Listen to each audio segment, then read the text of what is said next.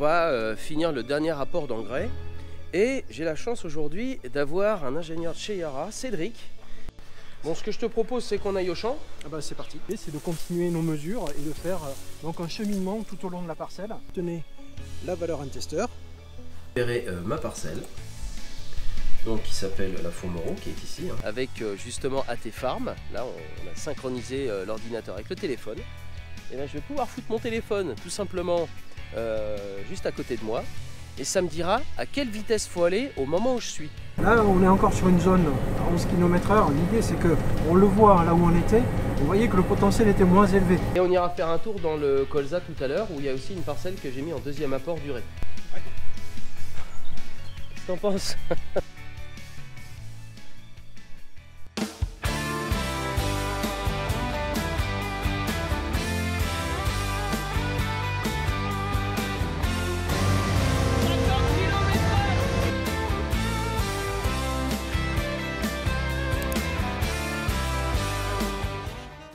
Salut à tous, alors nouvelle vidéo. Alors si vous aviez vu la dernière il y a 15 jours, vous vous doutez un petit peu de ce que je vais faire aujourd'hui. Et bien en fait on va finir le dernier rapport d'engrais. Et j'ai la chance aujourd'hui d'avoir un ingénieur de chez Yara, Cédric, qui va nous expliquer un peu comment fonctionne l'ammonitrate. Et puis surtout faire toutes les modulations. Il y a tout un tas de choses, applications. Il y a AT Farm pour les agriculteurs qui connaissent. Et puis on va aller faire un tour au champ, enfin on va faire plein de choses intéressantes. Bon Cédric, ça va? Très bien, et toi? Te voilà dans le Berry? Exactement. Bon, donc alors j'ai fait comme tu m'as dit. Donc moi je suis normalement en deuxième apport, je suis en urée 46, deuxième et troisième apport. Alors c'est ce que je t'expliquais, souvent je faisais un quatrième apport au moment du gonflement pour le taux de protéines. Mais depuis plusieurs années, on a quand même pas mal de sec à ce moment-là et ça porte pas. Donc voilà, et en plus tu vas voir les conditions climatiques ont été excellentes cette année. Il y a un développement qui a au moins 2 semaines de différence par rapport à d'habitude. Donc on va aller faire un tour au champ évidemment tout à l'heure. Mais je pense qu'on va mettre la totalité du troisième apport. Je vous expliquerai tout à l'heure combien je mets, comment ça se module. Parce qu'aujourd'hui, l'agriculture, elle est plus qu'elle était avant. C'est ce que j'explique souvent dans les vidéos. On a de l'engrais qui coûte quand même assez cher. On a le côté environnemental. On ne va pas s'amuser à faire n'importe quoi. On est d'accord Cédric? C'est clair. Et là, c'est le moment pour utiliser justement le N-Tester, parce que c'est lui qui va nous aider à guider ce dernier rapport et à bien vérifier le besoin de la plante. Est-ce qu'il est, comme tu l'as visé, autour de 50 unités, ou est-ce qu'il y a besoin de plus d'unités? Et donc c'est là où la machine va nous aider à prendre une bonne décision pour s'adapter au potentiel d'absorption d'azote pour la plante. Alors, le N-Tester, pour ceux qui ne connaissent pas, alors, parce que j'ai pas mal de gens qui ne sont pas du monde agricole, en fait, c'est une petite pince qui vient se mettre sur la feuille. On vient pincer la feuille pour voir le taux de chlorophylle. Ce qui va nous permettre de dire, est-ce qu'il faut le mettre tout de suite ou pas, quelle serait la dose, etc. Alors, il y a plein d'autres choses. Moi, j'ai le satellite aussi, qui permet de voir la couleur des blés qui soit plus ou moins claire avec un apport azoté qu'on te préconise. Et le jus de bas-de-tige aussi. Exactement, ça a commencé comme ça, le pilotage.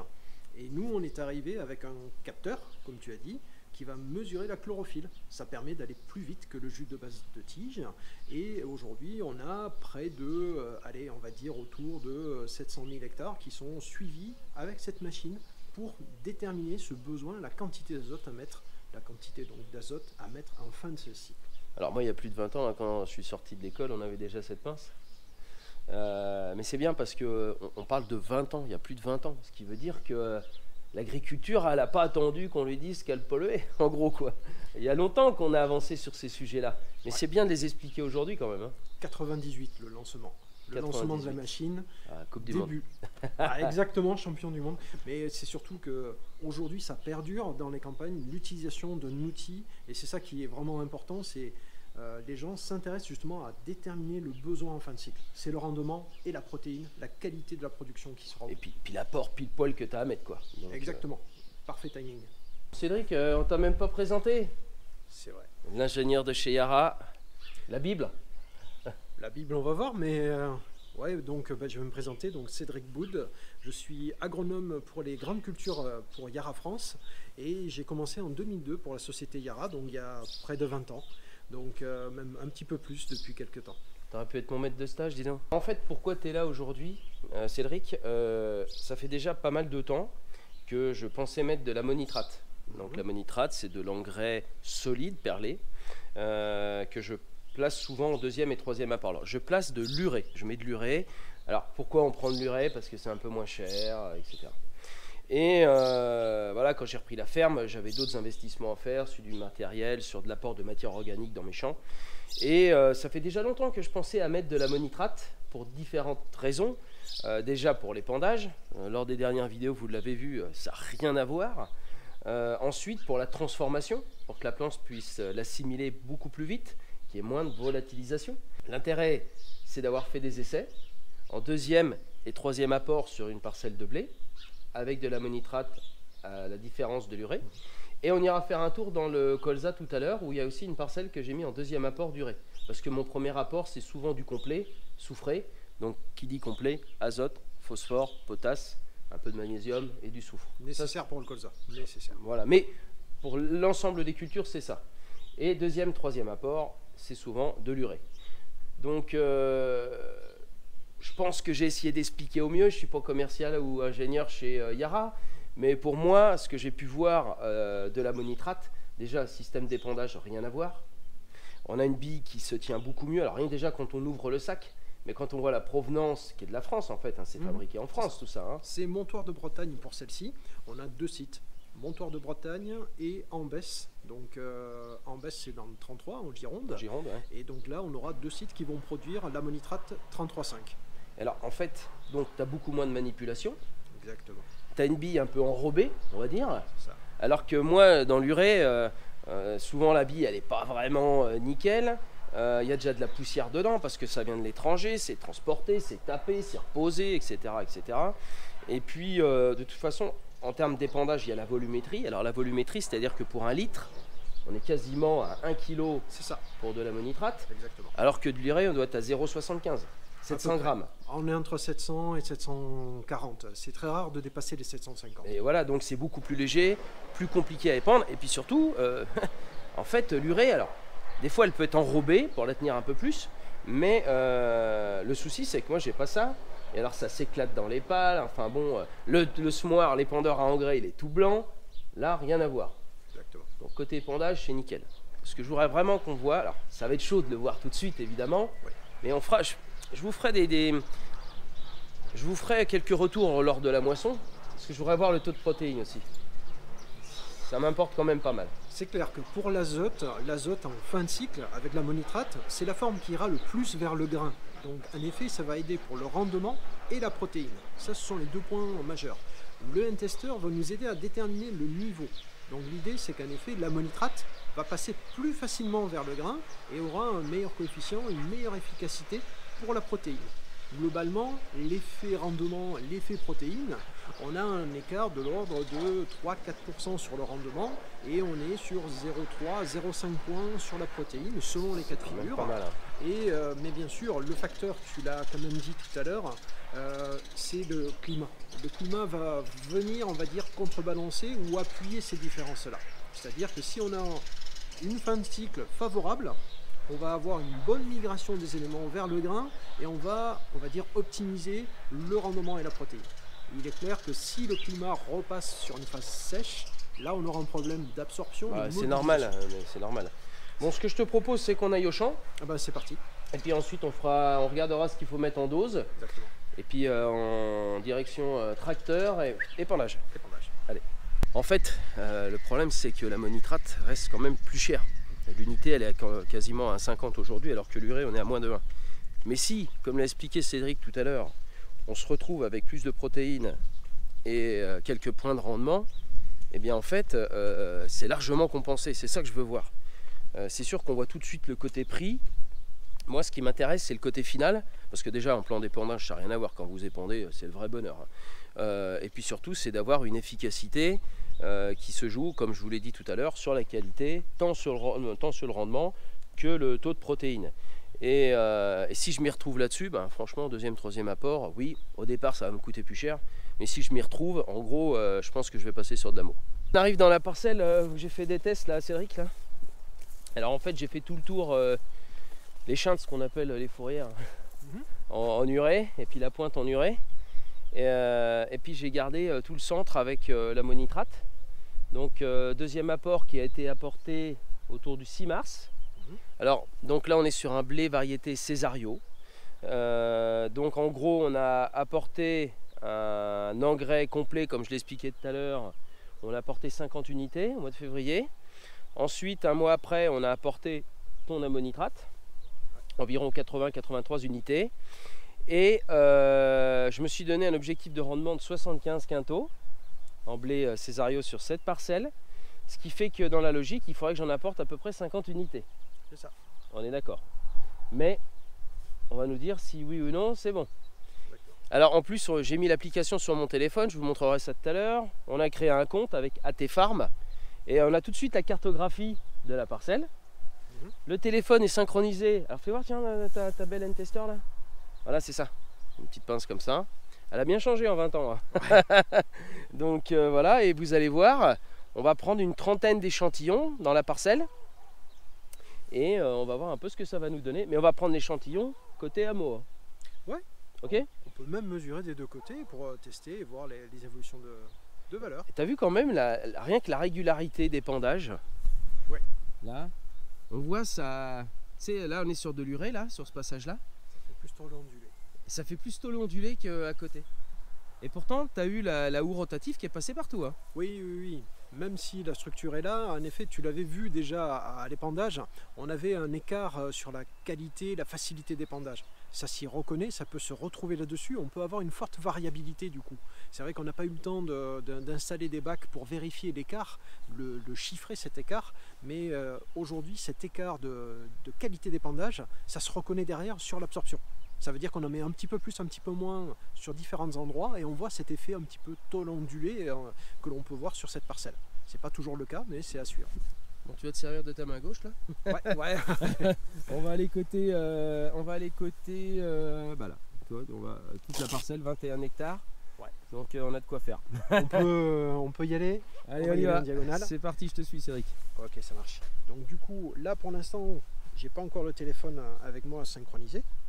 Je l'ai moi, il est dans ma poche. Va falloir le faire. L'intérêt c'est qu'aujourd'hui on est en train de tester quelque chose qu'on n'avait pas encore testé, c'est-à-dire le brassard pour positionner en fait le téléphone pour être plus à l'aise et garder l'accès aux deux mains lors du pincement. Ça c'est quelque chose qui est très facile à mettre en œuvre pour justement suivre ce qui s'affichera sur le téléphone et donc pouvoir faire le pincement donc, avec la machine directement, pouvoir attraper la feuille et faire le pincement dans la foulée. Ok, bon, de toute façon c'est moi qui tiens le téléphone, donc tu vas y arriver. Exactement, voilà. Allez, c'est parti. Je suis plutôt content, hein. C'est plutôt pas mal. Hein. On a vraiment une belle climato. Hein. Puis nous, dans nos régions humides, eh ben, c'est vrai que dès que ça fait un peu plus sec, dès que tu auras l'eau, on s'en sort mieux. Hein. Exactement. Là, l'objectif c'est qu'on garde une fréquence de pluie. Là, si on pouvait garder 10 mm tous les 10 jours, ce serait topissime. Ah, moi, ce qui me fait toujours peur, et depuis quelques années, c'est au moment du remplissage. Alors, le moment du remplissage, c'est quand le grain se remplit. C'est souvent mi-mai jusqu'à voilà, début juin. On se retrouve souvent avec des gros coups de chaud. Et c'est ça qui joue sur le poids spécifique. Vous savez, je vous parle de PS quand on est pendant les récoltes. Et bien évidemment, il est moins lourd. Exactement. Parce qu'il est moins rempli. Donc, mais peut-être que ça va changer avec l'ammonitrate, hein, Cédric. On va voir ça.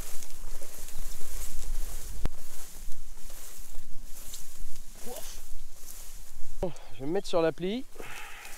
Alors,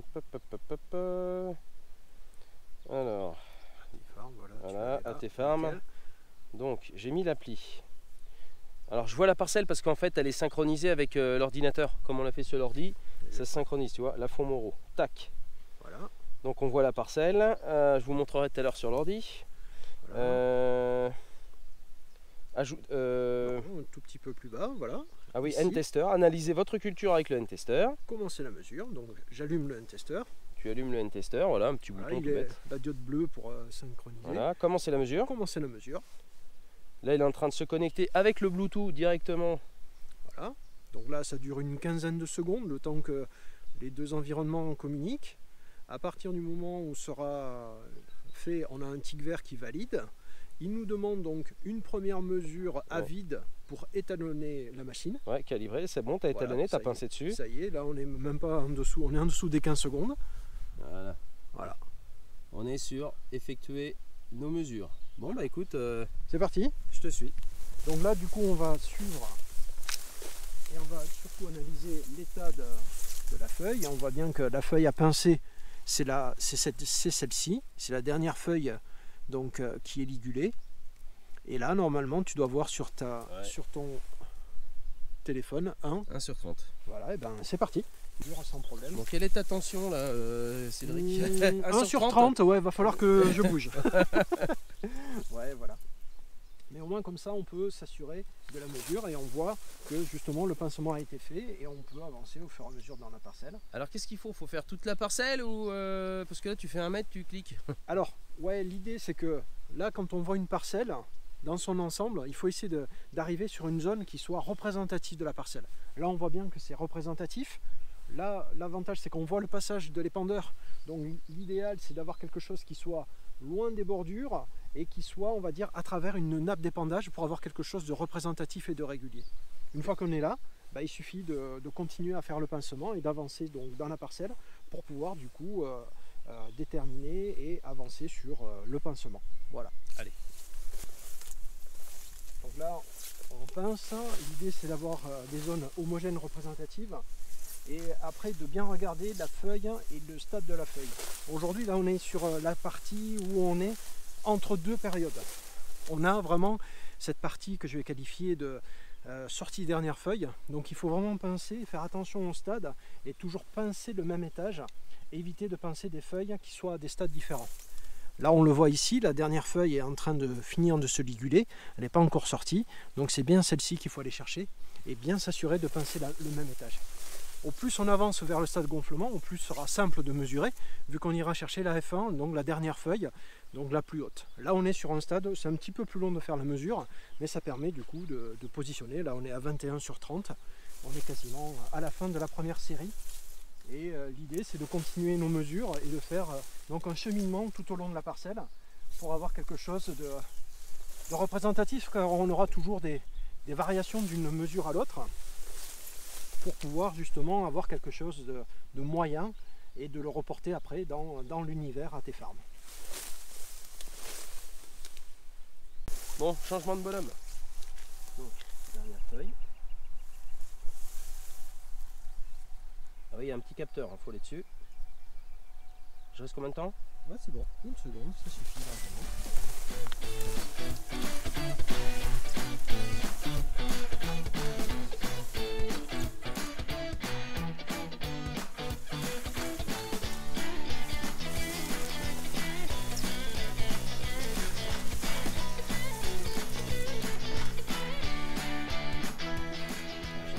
Comme toi, hein, mais...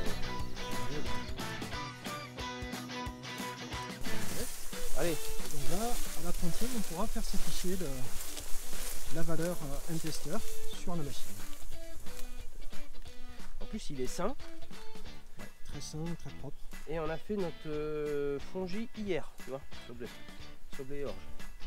Et voilà. Donc on a bien fait nos 30. On arrive aux 30. Là, ça veut dire qu'il nous demande obtenir la valeur N-Tester. Ouais, il faut que tu appuies parce que tu as la pression. Ouais.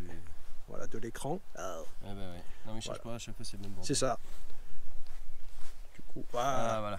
C'est un petit peu, ça a pris une dizaine de secondes, mais l'idée c'est que les 30 pincements aboutissent sur une valeur de 612. 612 du coup, ça veut rien dire en tant que tel. C'est ça qu'on va transformer depuis le portail AT-Farm en kilos d'azote nécessaires pour obtenir le rendement et la protéine de cette variété. Donc là on retourne à la ferme et puis on se remet sur l'ordi. L'idéal c'est de faire 3 séries, donc le temps de revenir et de repartir, on va refaire encore 2 séries. Pour voir si on tombe sur du à peu près 612 pour avoir à peu près une moyenne. Complètement. Ok, donc 90 prélèvements quoi. C'est ça. Ah bah allez, c'est parti. Quand on est remonté dans la parcelle, là, comme je vous avais dit, j'avais fait le tour avec de l'urée. On a fait le test aussi et on se rend compte que le blé a quand même beaucoup plus faim sur le passage d'urée que sur le passage d'ammonitrate. Ils ont été passés dans la même journée. Donc, puis on le voit, il Alors est-ce que c'est le système d'épandage qui fait que ça fait un peu plus taux ondulé? Mais quoi qu'il en soit, rien que déjà visuellement, parce que je pense qu'on a des conditions extraordinaires cette année, donc visuellement on voit déjà que l'ammonitrate en fait a un apport qui est quand même plus important que l'urée, parce que comme je vous le dis, en fait on a vraiment un indice, on regardera tout à l'heure sur l'ordi, un indice qui fait qu'il est très faible, donc que le blé a faim. Donc le blé a plus faim avec l'urée que l'ammonitrate. Bon, nous voilà de retour dans l'Algeco. Donc on est sur le desktop, enfin le PC. Donc comme on peut voir, voilà, j'ai récupéré ma parcelle, donc qui s'appelle la Faux-Moreau, qui est ici, hein. Donc on peut la voir, elle avait déjà des couleurs. Alors en plus il y a la météo avec les prévisions, c'est plutôt intéressant. Et là ça me demande le stade, les doses apportées, donc 133 unités, ce que je vous disais, 75 de rendement et 178 normalement de prévu.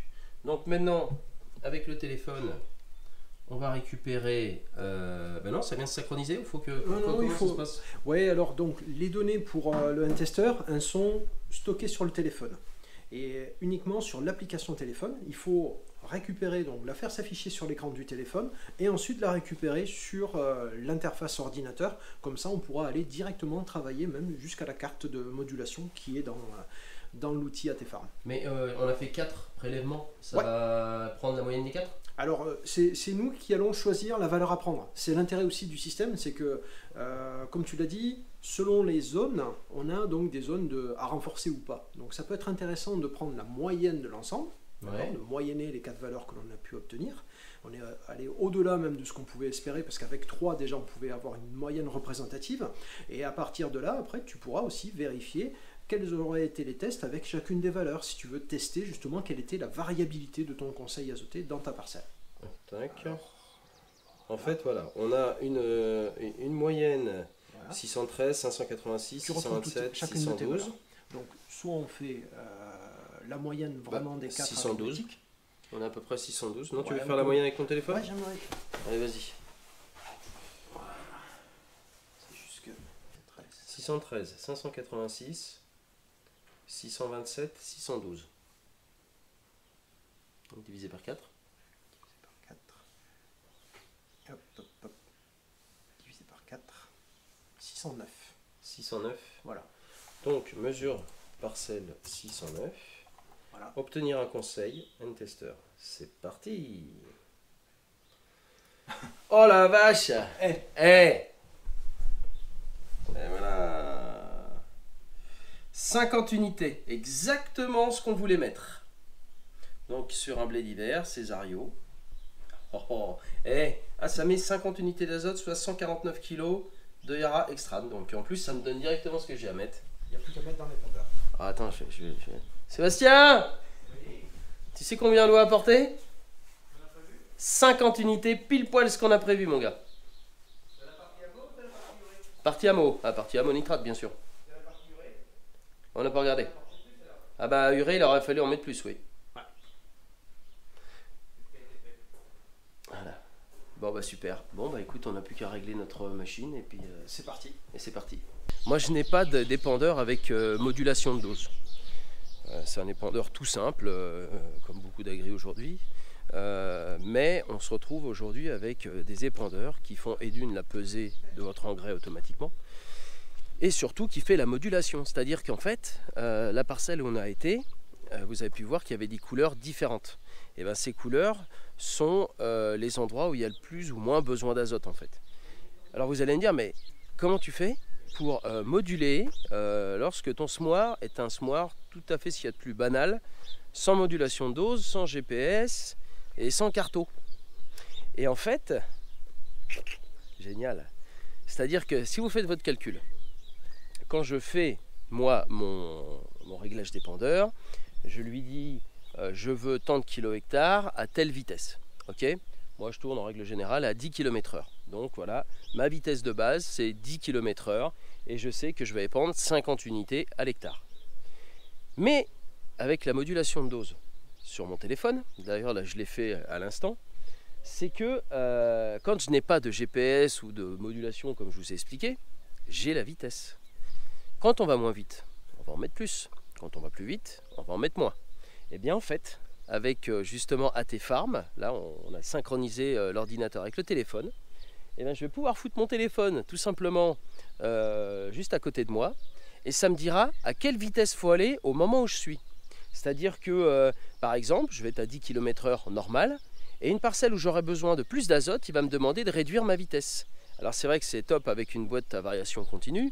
Bon là je suis sur un Dyna, donc ça sera peut-être un petit peu moins précis, mais en tout cas je pourrais, rien qu'avec l'ensemble que j'ai là, ce qui est de plus banal, pouvoir commencer à faire un peu de modulation. Et je trouve que c'est bien parce que ça permet aux gens, aux agriculteurs, de pouvoir commencer déjà à penser modulation d'engrais, rien qu'avec son tracteur et cette application AT Farm. Putain, je suis vachement content, pour le coup c'est top quoi. Pas grand chose à changer, juste les vitesses quoi.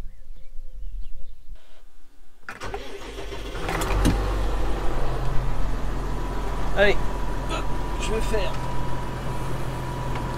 mes réglages d'épandage pour la Meaux, ce qui me permettra de faire mon dernier rapport.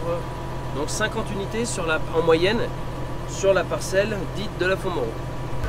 Tiens, vous êtes pas mal à me demander depuis que le petit Massey a été reprogrammé, donc environ 20-25 chevaux et 81 newtons de plus.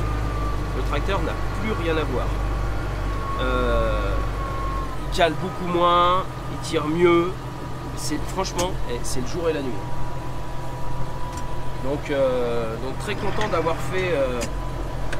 fait cette reprog. Bah, tout de suite, hein, quand il y a plus de couple, hein, ça change la vie. Allez, on va continuer dans les applications. On va passer à l'application maintenant Amazon pour mettre 50 unités pile poil à l'hectare d'ammonitrate. Réglage des pales, réglage des ouvertures. Voilà, tout fonctionne à l'appli. Vous voyez, les paysans ne sont pas si arriérés que ça. Allez, on va faire chauffer le tracteur. Les réglages sont faits sur les Pandora à engrais, c'est bon. Ensuite, je vais prendre le Manitou pour commencer 2 big bags. Et on va essayer de faire cette modulation avec la vitesse. J'ai vraiment hâte de voir ce que ça va donner.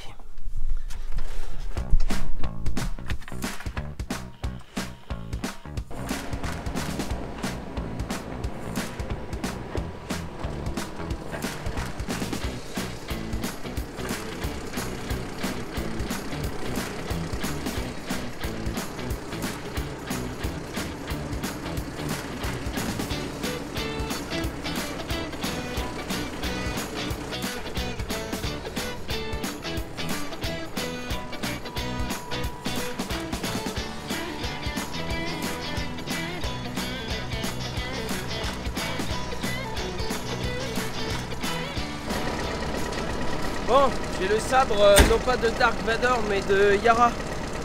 En fait c'est super parce qu'habituellement on coupe avec un couteau, on est dessous, c'est jamais très sécure. Et en fait Yara a mis en place une espèce de perche avec un crochet, on va tester ça, j'ai pas essayé encore. Alors vous allez me dire où est-ce qu'on peut acheter ça? En fait ils ont un programme de fidélité par rapport à voilà, tout l'ammonitrate 33,5 que vous achetez. Ensuite vous envoyez vos quantités, tout est marqué sur leur site internet. Et vous allez voir par rapport au nombre de points, là, vous pouvez avoir tel et tel cadeau, entre autres cette perche là. Vous pouvez avoir aussi le Mégalab, c'est l'analyse foliaire. Enfin, vous allez voir, il y a des montres connectées, il y a tout un tas de cadeaux. Voilà, c'est leur programme de fidélité. Et moi, la fidélité m'a permis d'avoir, pour le moment, d'avoir ce découpe-sac qu'on va essayer tout de suite. Ah, lame de rasoir.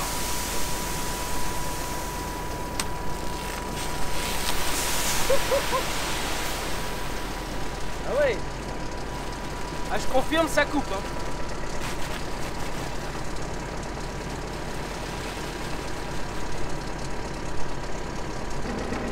Donc voilà, j'ai ma lame. Au moins je me coupe pas. Bien, belle invention Yara. Bon ben voilà. Bon Cédric, c'est parti. On est parti au champ. J'ai hâte d'essayer cette modulation de dose. Là, ben, moi aussi, ce sera du vrai live aussi pour moi. Ah, je l'ai fait en démonstration, mais jamais jusqu'au bout avec le tracteur épandeur. J'ai rarement eu l'occasion de le faire. J'ai toujours peur avec les enfants et tout. Ça. Toujours prendre le temps. Ah ouais, de toute façon Sébastien il est pareil. On prend le temps. On leur a expliqué dès le départ qu'il fallait faire très attention.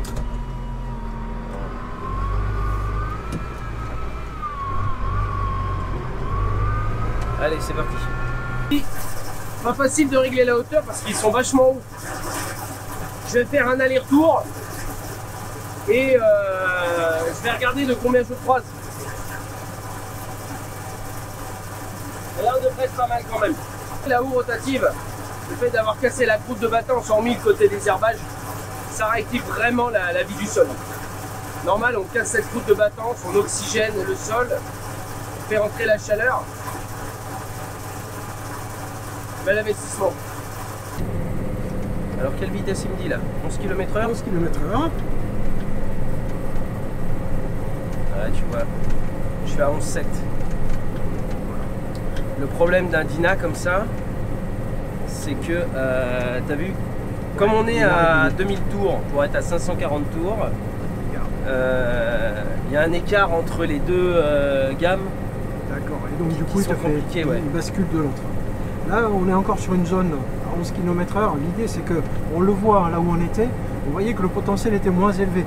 Là on va rentrer dans une zone où on voit que le blé est déjà plus costaud, il y a plus de potentiel, on va chercher le rendement à la protéine. Ah, 9 km/h. Là il dit de tomber d'un tout petit peu. Alors vas-y, je descends. Voilà. Là on va je suis à 8,4, 8,5. Voilà, donc là on va être autour de 170 kg, parce qu'on voit bien que là où on se trouve, il y a quand même un potentiel qui est plus élevé qu'il y a ne serait-ce que 10 secondes. Donc là on peut rester là-dessus, on est en train de dépendre là derrière. Tant qu'on est sur ces carrés, il ne faut pas oublier que la nappe est derrière nous, quelques mètres derrière, donc il faut adapter la vitesse au fur et à mesure. Et donc là on va rester à mon avis comme ça encore pour un bon petit moment. Ouais, tu vois, il me reste... j'ai trop de différence d'écart. Si j'avais pu perdre un 1 km/h, ça aurait été parfait, tu vois. C'est ça. En fait, ce qui est top, en fait, ce qui est dingue d'ailleurs, c'est que, en gros, ça te dit là où il y a du potentiel, parce que là on l'a mis pour les protéines, pas pour le volume de la plante, pour les protéines. C'est ça. Parce que ça se dit en fait là où tu as du potentiel, tu rallonges. Tu vas remettre plus. Là où tu as moins de potentiel, tu réduis. De toute façon, parce qu'au final, tu n'auras jamais le même potentiel que là. À l'œil, ça se voit. Ouais. D'accord ? Donc du coup, en effet, dans le mode protéine, il va rajouter l'azote là où il y a le potentiel de, on va dire, d'obtenir un bon rendement, une bonne protéine. Là où il y a moins de potentiel, il va réduire. Si on avait eu le nivellement, on aurait eu encore un choix différent. Alors ma question, elle est, est-ce que si j'avais mis on va dire, de la biomasse, ça aurait joué le contraire. C'est-à-dire en gros, est-ce que ça m'aurait dit, là si tu veux de la biomasse, mais en plus là où il y a moins de densité? Alors, c'est pas tout à fait, c'est pas une règle binaire entre guillemets que par rapport à l'apport qu'on a vu sur la protéine tout à l'heure, d'accord? Donc là on rentre, là on va revenir sur une zone, à mon avis, encore foncée, donc là on va revenir, voilà, on est à nouveau sur du 9 km/h, ouais. Voilà. Il y a la temporisation qui se met, donc on reste, voilà. Et en fait, en effet, quand on sera sur l'option nivellement, il va écrêter les deux zones. C'est-à-dire qu'il va renforcer là où il y a du besoin, comme, un peu comme pour l'autre quelque part, mais il va réduire dans deux phases du blé. Un, quand il est vraiment très développé par rapport à ta référence de la parcelle, là il va à nouveau réduire, et il va aussi écrêter là où, comme tu l'as vu à l'entrée de la parcelle, les contournières où le blé aujourd'hui fait difficilement plus que 35 cm, là aussi il va réduire. D'accord, parce qu'il va se dire là on est vraiment trop loin du potentiel. On est trop loin. Ça sert à rien. Ça sert à rien de monter, de toute façon il ne mangera pas. D'accord, j'ai compris. D'accord. Petit estomac. Ouais, c'est un petit estomac, donc même si tu lui mets, on va dire, 3 fois la dose, il n'ira pas les chercher. D'accord. Alors juste une question, parce que j'ai prévu 50 unités sur toute la parcelle. Là ça nous fait passer de 40 à 70. Ce qui veut donc dire que comment je fais pour mes quantités? Ça Alors, il peut m'en manquer? C'est une très bonne question et ça c'est l'avantage du satellite. C'est que dès qu'on prépare la carte, là je suis sorti du mode, parce que là pour l'instant on est toujours sur une zone avec une dose importante, on ne va pas bouger, on va ressortir dans quelques instants. Et en fait, dès le départ, il va te dire quel sera l'impact sur ta dose globale de moduler comme on va le faire. Si tu suis et respectes les doses qu'il conseille, d'accord, c'est-à-dire monter à 140, réduire à 140, comme là tu vois, il te dirait plutôt de réaccélérer. Là, si on respecte la montée et la descente, il va finir à une quantité prédéterminée d'engrais qui est déjà programmée dès le démarrage du chantier. Ah d'accord, il s'auto-gère. Il s'auto-calcule, comme tu l'as dit, 50 partout. Après, il va te dire plus là-bas, moins là, ça fait tant au final. Donc ça, tu le sais dès que tu pars. C'est l'avantage du satellite, c'est que il part d'un constat déjà fait de la parcelle. Faut que j'achète un porte-téléphone maintenant. Ouais, parce que le porte de téléphone à deux pattes, je suis pas sûr que tu en aies tout le temps. Et puis un téléphone, et puis un tracteur qui passe de kilomètre-heure en kilomètre-heure. Voilà. Si vous voulez le faire, en gros, je trouve que c'est génial parce que t'as pas de modulation, t'as le même épandeur. Alors, t'es pas aussi précis que de la modulation pure satellite. Exactement. Mais ça te permet de passer le cap. Exactement. Déjà de vérifier, tiens, là-bas, j'aurais pu en mettre moins. Et te dire en temps réel combien de moins. Parce que comme tu as dit, c'est toi qui as la main sur l'accélérateur, c'est toi qui décides si le système a raison ou pas. Comme là où on rentre maintenant, là il faudrait ralentir librement. Voilà, parce que le potentiel n'est pas le même. Mais l'intérêt c'est ça, c'est s'apercevoir de la quantité de variation de dose que tu peux faire en temps réel et instantanément. Quoi. Là tu as vu, la seule chose qu'il nous faut c'est un porte-téléphone. J'ai compris. Tu as noté le brassard pour l'intesteur et... Oui. Et puis la canne pour ouvrir la moi j'adore ça. Ça, c'est vraiment en termes de sécurité, on l'a vraiment fait pour ça, pour s'assurer qu'il n'y ait pas, on va dire, le bras qui traîne entre le big bag et l'épandeur, qu'il n'y ait que la canne, parce que ça. Et puis ça coupe. Alors c'est pas facile à piquer parce que il est très courbé, mais par contre la vache. Ah, une fois que c'est planté, c'est en rasoir. Ça je te confirme. Hein. Voilà. Donc après l'intérêt c'est qu'il y a des consommables dessus, hein. Tu as vu la canne, elle va durer, je vais pas dire des siècles, mais elle est faite pour des années. Ah puis c'est comme un cutter, t'enlèves ta lame et tu la changes. Exactement, et après on change la lame quand on voit qu'on a... Parce qu'à force de planter, au bout d'un moment ça s'use, c'est clairement une pièce d'usure. Dis-moi Cédric, avant qu'on aille faire un petit tour au colza là, question que se posent beaucoup de paysans. L'engrais a quand même explosé à un moment. Alors tout le monde se disait, bon ok, il y a le prix de gasoil, mais est-ce que les constructeurs en ont pas pris un peu? Enfin les constructeurs, les fournisseurs. Qu'est-ce qui fait que ça a autant explosé quoi? En fait, sur les engrais, on va parler surtout de l'azote, d'accord? Parce que c'est quand même le produit qui est le plus échangé sur le marché international. Et en fait, pour faire de l'engrais azoté aujourd'hui, le premier indicateur, c'est le prix du gaz naturel. C'est ça qui va nous servir à fixer l'azote de l'air, c'est la réaction la plus utilisée sur les engrais azotés. Donc ce qui a explosé, comme tu disais, c'est surtout l'évolution du prix du gaz qui a fait plus que se multiplier par 10 en fait. Et plus de 75% du coût matière pour produire un engrais azoté, c'est le gaz naturel. Donc il est clair que ça a eu des répercussions directes sur d'abord l'ammoniac, qui est la matière première de tous les engrais minéraux, et ensuite sur les engrais. Donc aujourd'hui, on a pu assister sur on va dire sur la période de l'été à un prix qui a atteint des sommets. On va dire. C'est de la folie, plus de 1000 euros la tonne. Ouais, c'est ça. Et faut te dire que 1000 euros, c'est à peu près 3 fois le prix d'un engrais moyen, on va dire, 3 fois le prix à l'unité. Hein. On est plutôt sur des prix qu'on a connus pendant très longtemps autour de 1 euro, 1,50 €, hein, entre 80 centimes et 1,20 €. On va dire ça, c'était un schéma qu'on connaissait depuis 4-5 ans avant 2019, on va dire. Ouais. Ça a grimpé à 3, donc ça fait un facteur 3, alors que notre matière première principale a fait x10. C'est ça qui est un facteur qui est assez spectaculaire, parce que malgré tout, le marché des engrais est un marché qui est très morcelé.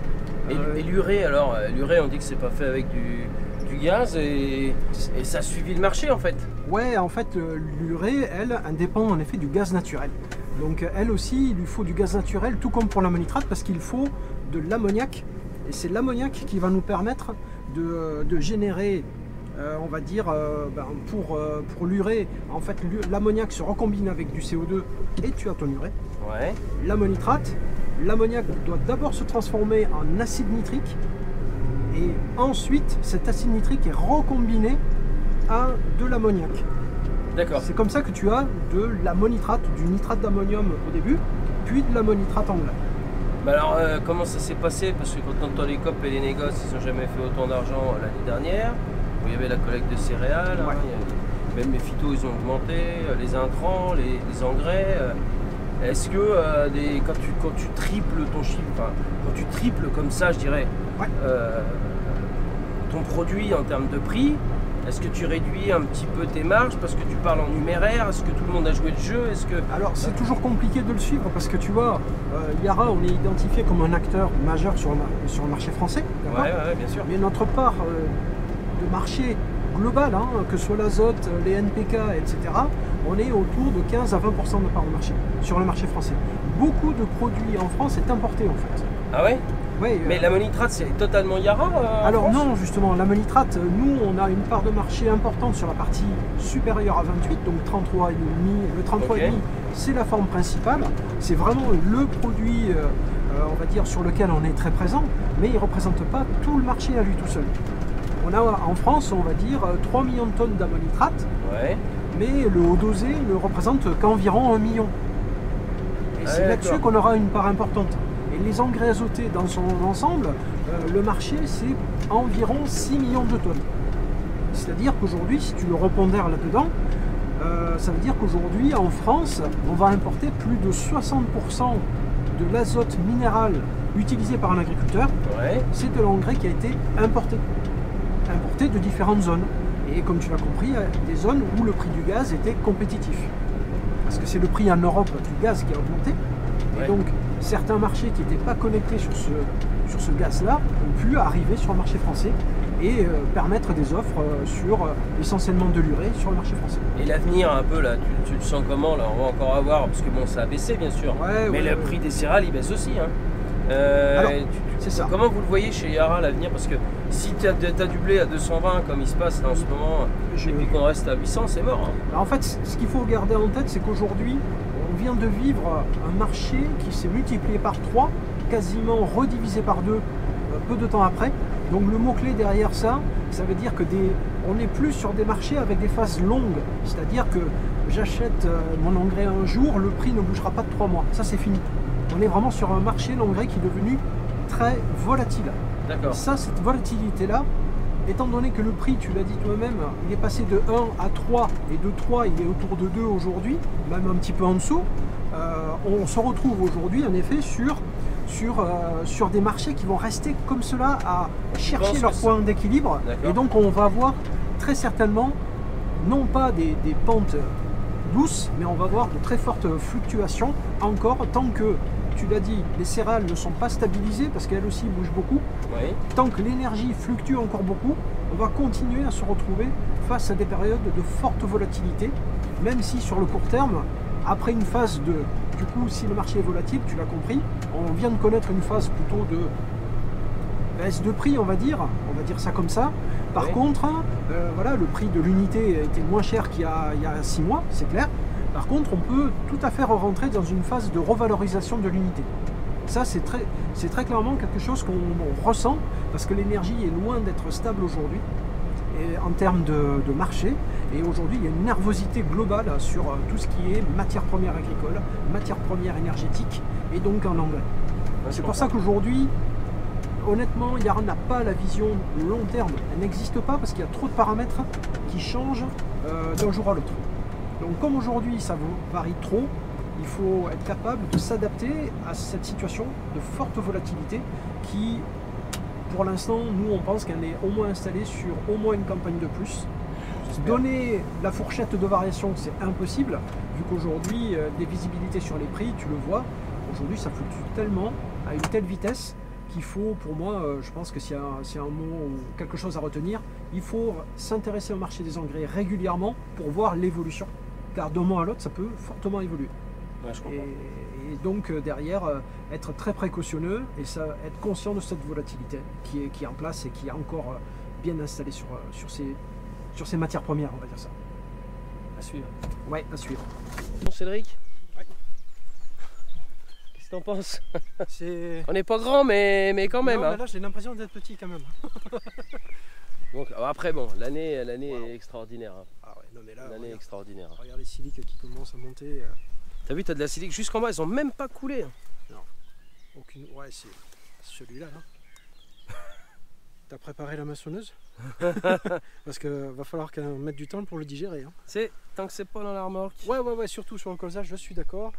Mais là, quand même, c'est beau à voir. Là on est. Voilà, t'as une floraison qui continue, t'as des siliques qui sont là. Bon après c'est compliqué de voir, là on est sur la parcelle qui a été faite à l'amour. Hein. Ça n'a là-dessus. Non, Donc c'est très compliqué ouais, c'est dur de juger. de juger. Je pense qu'on le verra beaucoup à la... Tiens, on a un peu de pucerons. Oh là, belle colonie. Mais bon, Ouais, une colonie c'est sur fini. la zone, On est en pleine pollinisation. ça bosse. Ah, Ça bosse. ça c'est magnifique. Elle est en train de s'occuper de celle qui est sans celle là. C'est parfait. Il y a de la silique partout. En fait, vous voyez là, ces petites siliques qui poussent là, et ben dedans, c'est là-dedans qu'on aura les petites graines de colza noir en fait. Et plus on en a, Plus on en a, et puis là, celui-ci, il est impressionnant parce qu'il a branché, il a fait beaucoup de branches, beaucoup de fleurs, il continue à fleurir. Donc on est vraiment sur un potentiel qui est, je ne sais pas s'il faut dire extraordinaire, mais on est exceptionnel. Là. écoute, On est exceptionnel, donc là, en effet, il faut, on a une très belle installation de la culture. Bon là, bien sûr, il faut bien contrebalancer, mais là, lui, en effet, on voit bien la capacité du colza justement à rattraper des conditions difficiles, à c'est occuper de l'espace. extraordinaire. C'est extraordinaire la colza. Voilà. C'est une des culture plantes, qui a retrouvé des hectares cette année en France. Hein. On a réussi à réaccrocher presque 1,3 million. On est entre 1,2 million et 1,3 million en termes d'hectares. Et je pense qu'en effet, ben voilà, quand on voit la génétique qui est en place en France et la productivité qu'on peut atteindre, c'est une culture qui est vraiment intéressante à pousser.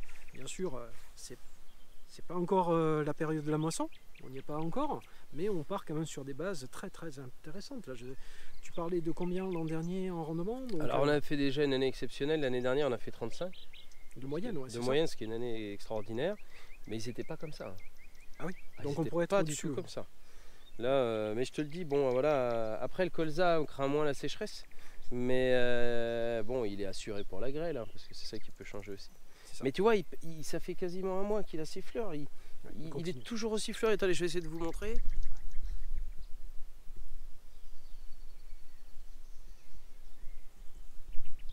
Et on s'est retrouvé là-dessus avec Cédric. Vous savez, je vous avais fait une petite vidéo avec le minifère, là, enfin l'engrais starter, du colza, s'il a de l'engrais dès le départ.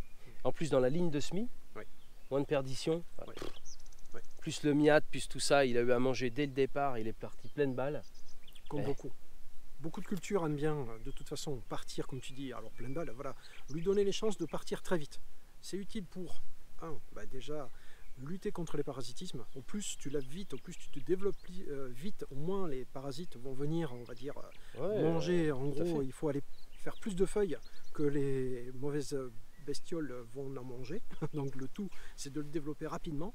Et aujourd'hui, même la réglementation permet maintenant de remettre un petit peu plus d'azote sur cette période, on va dire, automnale. Donc là, c'est un nouveau texte qui vient de sortir et ça permettra, ça veut dire que Terra Innovia a aussi détecté qu'il y a un besoin et un retour sur investissement intéressant sur le colza, de l'aide de la fertilisation azotée sur cette période-là. C'est évident, c'est évident. Bon, on va finir par un bon point, Cédric. Un beau poulain même. Là, je pense que lui... Maintenant, attendons la récolte pour la... Voilà, je mais- m'excite plus. Avec Sébastien, tu sais, on a tellement pris des déculottés que... c'est clair. Hein, Seb, tant que c'est plus dans la bécane hein, ou dans la remorque. Hein. Les aléas climatiques. Hein. Alors là, pour le coup, on verra, je pense, on voit peut-être un étage de plus avec l'amo. On verra un peu ce que ça donnera là, C'est ça. plus sur lorsque la bécane va être dedans. Enfin, en tout cas, j'ai passé un bon moment et on se rend compte que derrière l'engrais, qui est si polluante, paraît-il, eh ben, il y a quand même énormément de technicité, soit dans le produit, Mhm. dans l'utilisation, Ouais. dans l'épandage. Exactement. Et c'est marrant parce que, tu vois Seb, on a une discussion tout à l'heure avec la COP là. Et je dis moi, c'est pas la peine de me mettre des raccourcisseurs. Ils nous mettent des raccourcisseurs tous les ans qu'on n'utilise pas. Et oui, mais à l'époque, ils en utilisaient. Mais à l'époque, ils avaient des doses illimitées d'azote. Donc des blés qui étaient pleins de bouffe et donc qui pouvaient verser. Aujourd'hui, l'azote est piloté, et la preuve, hein, tu as vu ce qu'on a fait tout à l'heure, hein, jusqu'à la modulation. Donc jusqu'à la modulation, donc on met pile poil ce qu'il faut.